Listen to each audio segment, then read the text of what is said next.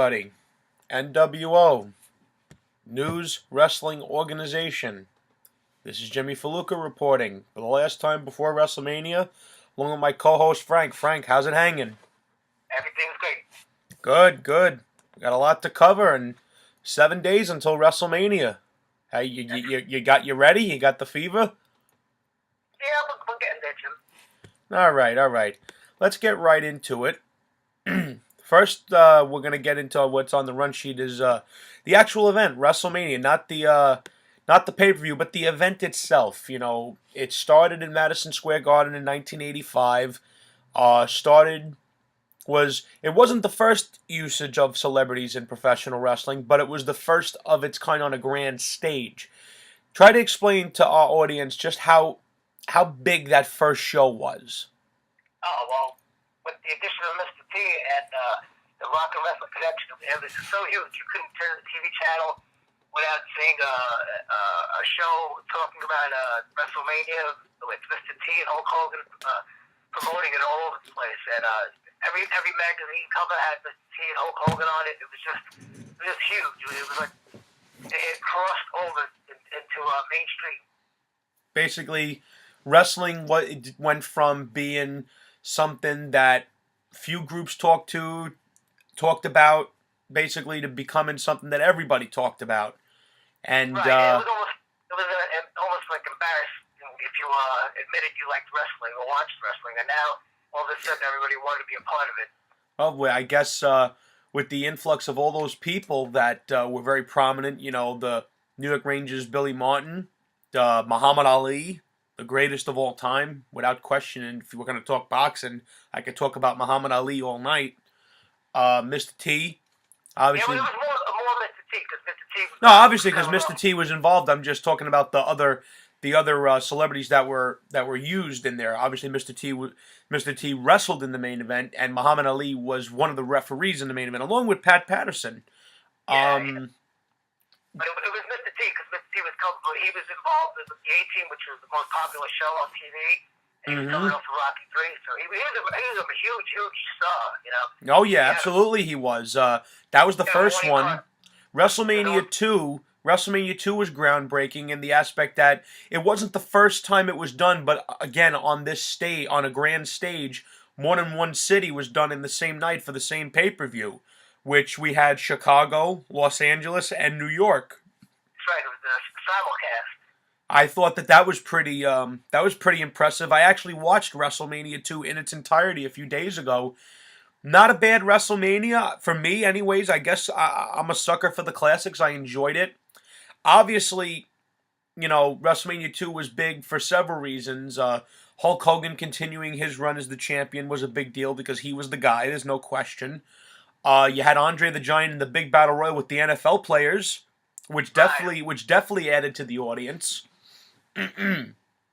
And the boxing match with Mr. T and Roddy Piper, and obviously the backstory on that is the two didn't get along. That was actually, you know, they couldn't stand each other. And I think that boxing match is kind of a shoot fight. And, absolutely. Roddy Piper always says in interviews that he didn't want to be outshined by Mr. T. You know, this was wrestling and this was his world, not sort of the... Well, don't forget, Piper is also a former Golden Gloves, isn't he? Who's that? Roddy Piper? Roddy Piper. I'm not sure if he's a Golden Glove, but I know he had an amateur boxing background. All right. Now, WrestleMania 3, you know, 93,000 people is the number that comes to mind when I think of WrestleMania 3. That was the biggest attendance I've ever seen for a wrestling event. As far as I know, a couple of cool. They kind of toned it down a little with the celebrities for WrestleMania 3. There wasn't that many. They had a few, but not many. Like I said, it wasn't as many as WrestleMania 1 or other WrestleManias in the future. I'll tell you what, even though we all know Hulk Hogan and Andre the Giant were the ones that sold the event, I don't think there's any question that Macho Man Randy Savage and Ricky the Dragon Steamboat were the ones that stole the event. That was one of the greatest matches that I've ever seen, and it was for the Intercontinental title. It wasn't even for the World Heavyweight title. It was the Intercontinental, and that, to me, it set the tone of what that belt used to mean. Unfortunately, it's not utilized the way it should be anymore. But that match was unbelievable from bell to bell, and I never get tired of watching it. How about you?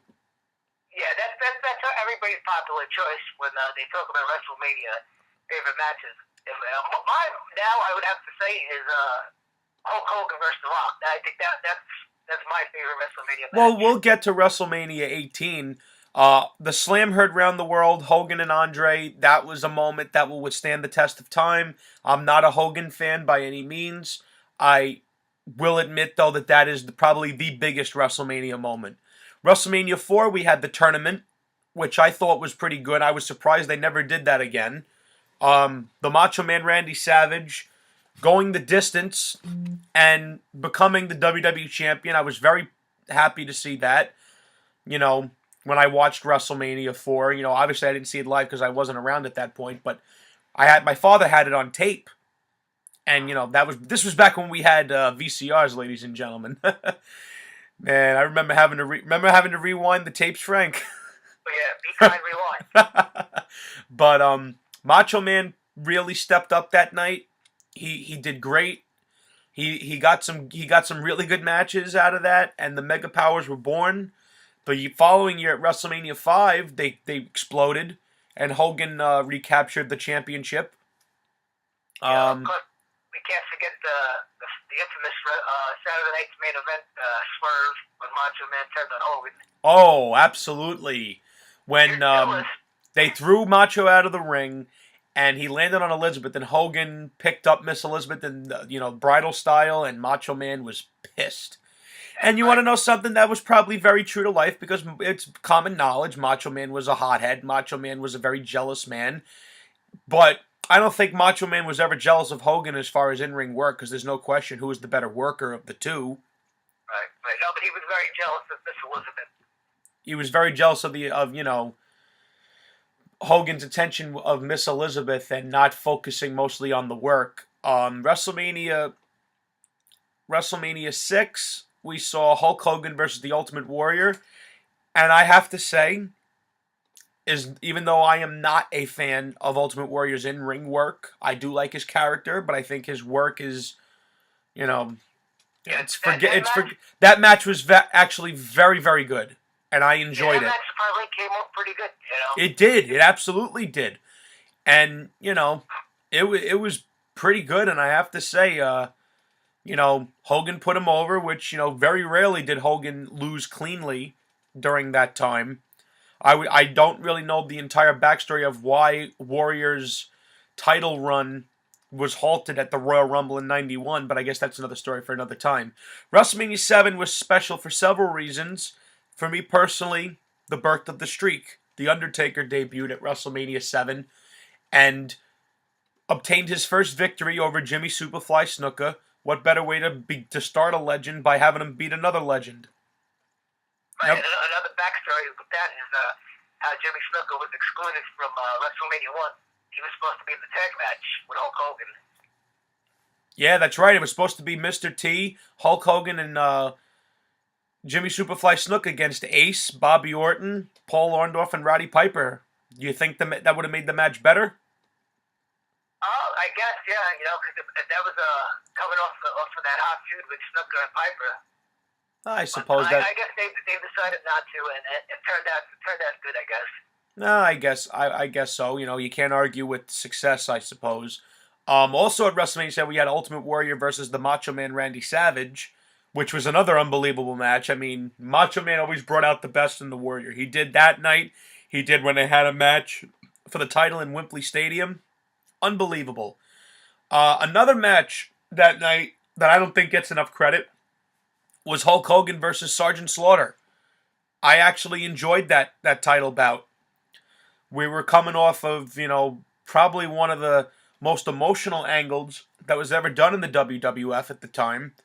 Because we were at war. And Sergeant Slaughter was playing off that, and he became one of the most hated villains of all time in that role. That was one of my favorite heel characters. Absolutely. Sergeant Slaughter, when you could suspend the disbelief that much, you're good.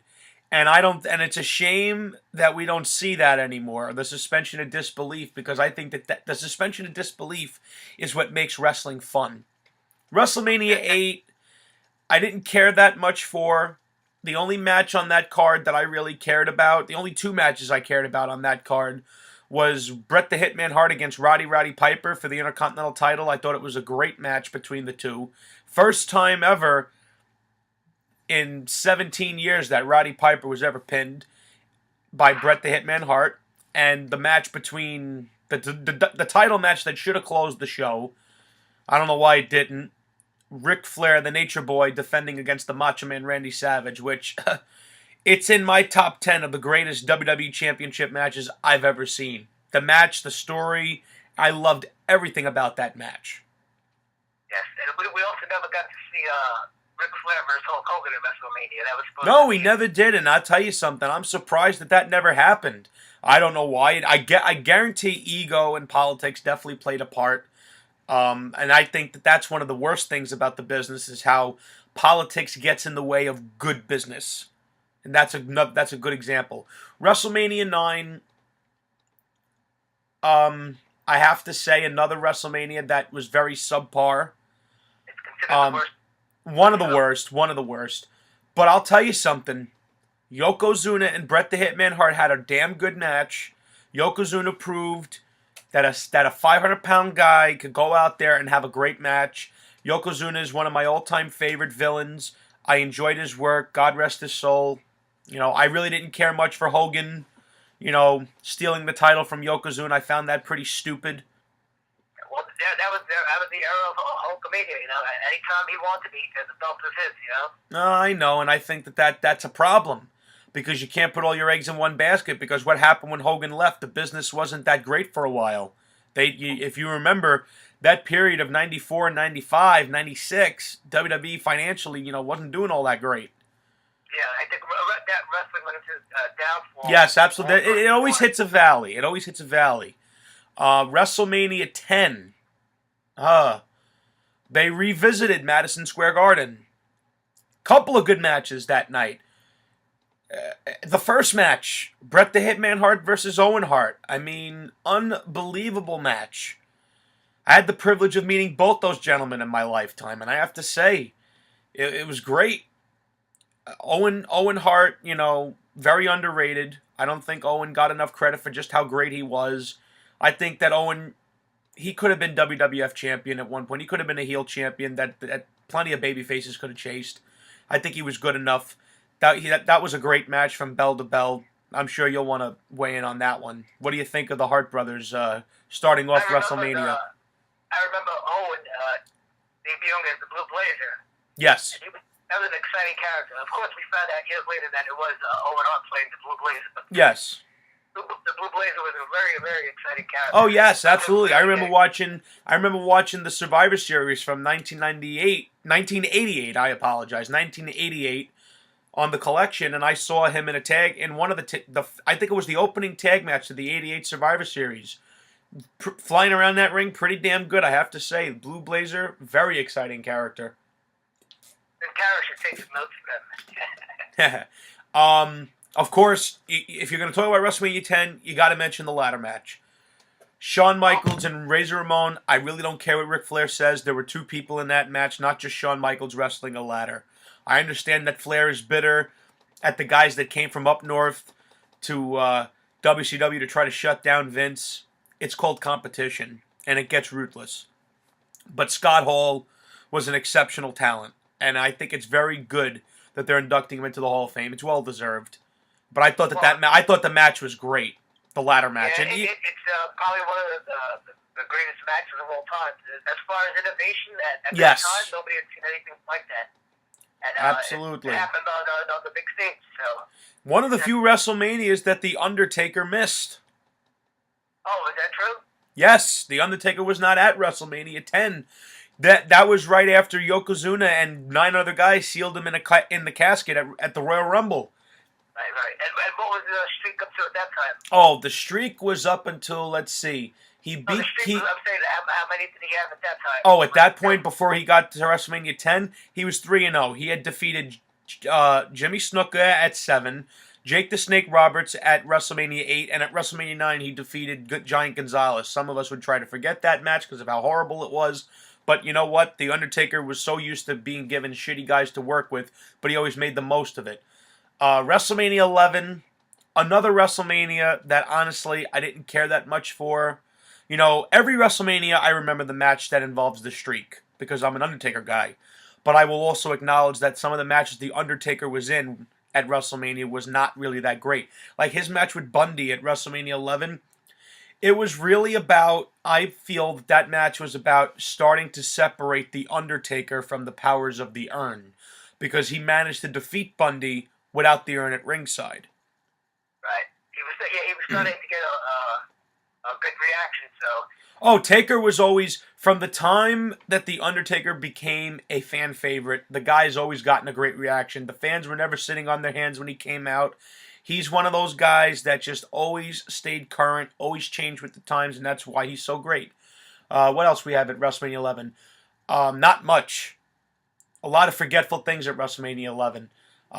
Diesel and Shawn Michaels, I thought was pretty good. For what it was. Kevin Nash is not one of those guys that can go out there and have a great match, but you know what? He was in there with Shawn Michaels, and it was great for what it was. I don't know if the right guy went over in that match, but, I thought it was good. Lawrence Taylor and Bam Bam Bigelow.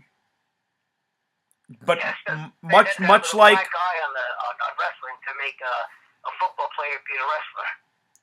Excuse me? Some people say that's a black guy on the history of wrestling to make Lawrence Taylor, a football player, go over on a wrestler. That's a subject that I guess would be up for debate. Even though I'm a diehard Giants fan, I didn't want to see Lawrence Taylor close WrestleMania 11. I thought it should have been the title match. The championship match should have closed it out. It's not the first time. It was the first time that a celebrity closed the show over the title, and it wasn't the last, unfortunately. WrestleMania 12. We had a few things. The backlot brawl with Piper and Goldust, which I thought was very intense, because don't forget you got Roddy Piper and Goldust.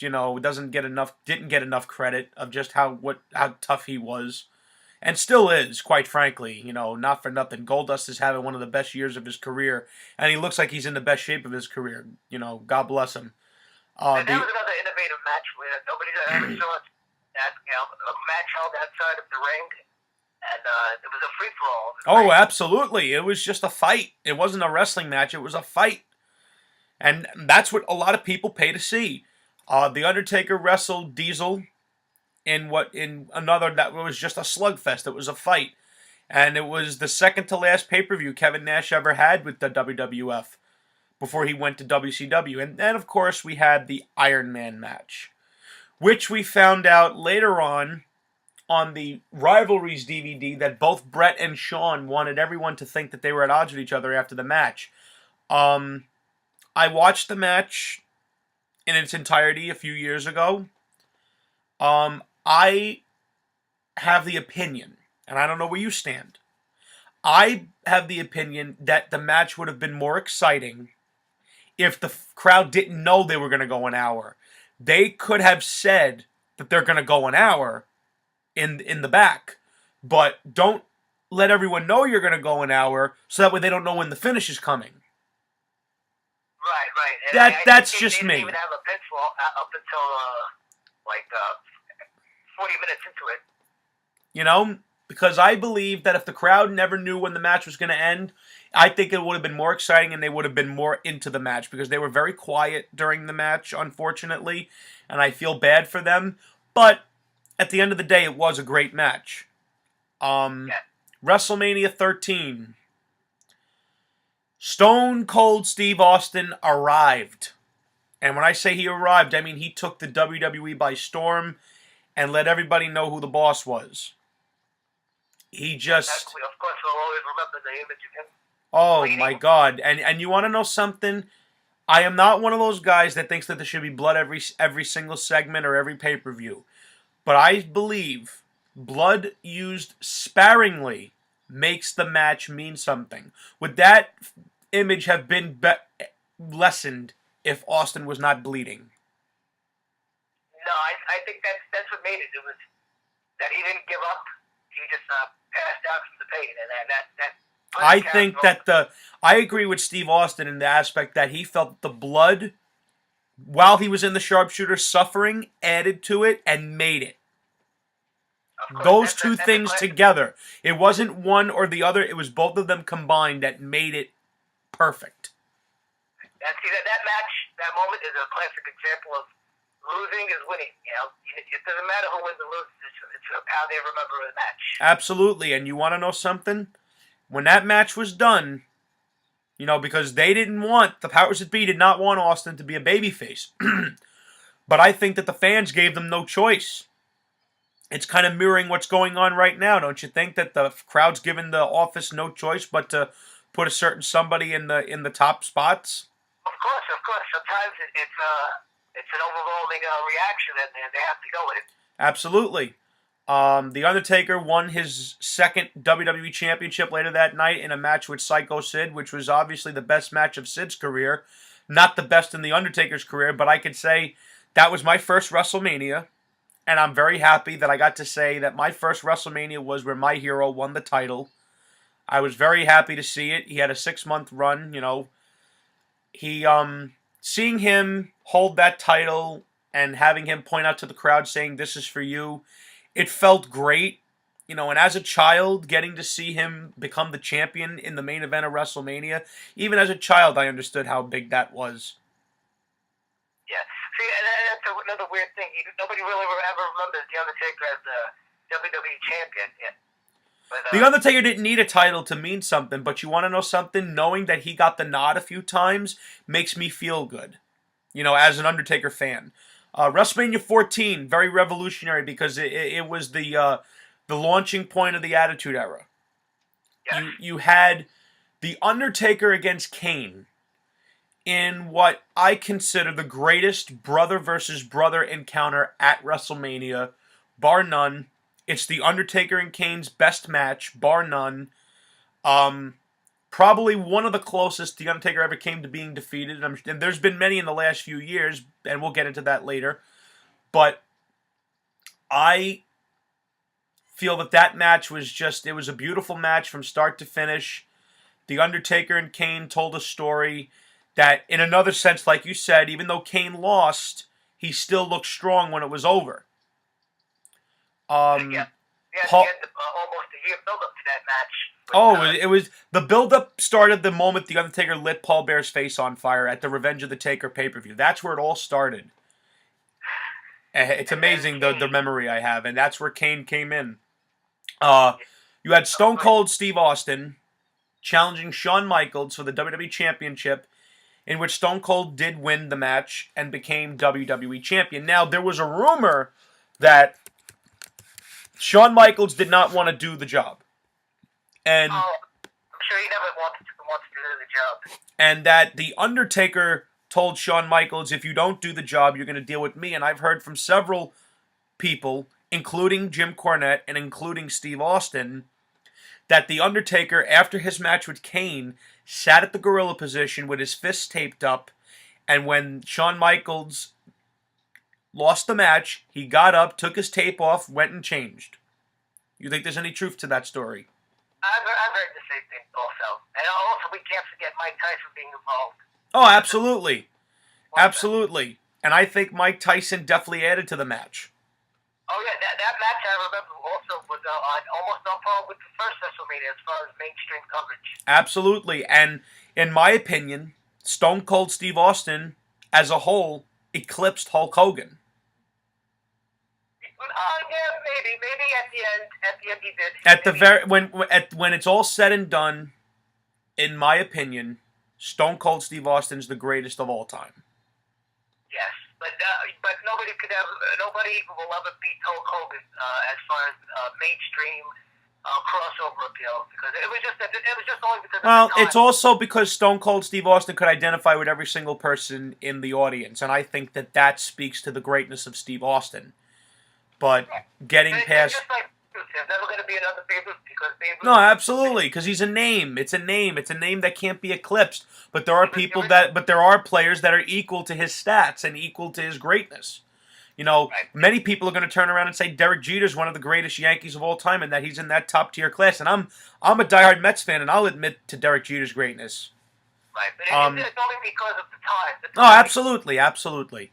WrestleMania 15, another WrestleMania that was kind of you know, really wasn't that great. To me, the Hell in a Cell match with The Undertaker and the Big Boss Man was atrocious. It's hard to watch that match because the fans were so not into it. I felt they could have did better with The Undertaker that year. You know, God rest the Boss Man's soul. I feel terrible, but let's face it, the guy was never really a good worker. The only match, and I didn't remember seeing any celebrities at this WrestleMania, unless I'm mistaken, except Butterbean, maybe. Butterbean was when he batted Bart Gunn. Yeah. Stone Cold. That was another atrocious angle on Raw. Every Monday they'd have Bart Gunn. Please. That Brawl for All thing was so bad. All the guys ended up getting hurt. It was so stupid. The first encounter of Stone Cold Steve Austin and The Rock. I mean, you know, don't get me wrong. I say all their encounters at WrestleMania were great. This is the third best. Their first was their third best, in my view. I don't know where you stand on that, but that's... I think they were all pretty good, you know. No, they were all good, but if you're going to go in terms of greatness, this is the third best one out of all of them, in my view. I don't know where you stand. I loved the touch of Mick Foley getting to, you know, count the pinfall for the match. You know, I got all the respect in the world for Mick Foley. I think that, you know, I'm glad he's in the Hall of Fame. He deserves it. Mick is a once-in-a-lifetime character. You'll never see another guy like Mick. Austin winning the title for the second year in a row. That was also no disqualification. Yes, it was no disqualification, and it was a match I enjoyed. It was the only match on the card that actually, you know, got me excited. And I remember watching that WrestleMania live with my father. But anyways, ladies and gentlemen, Frank and I will be returning shortly to talk about the next 15 WrestleManias, and then we will continue afterwards. We'll be right back.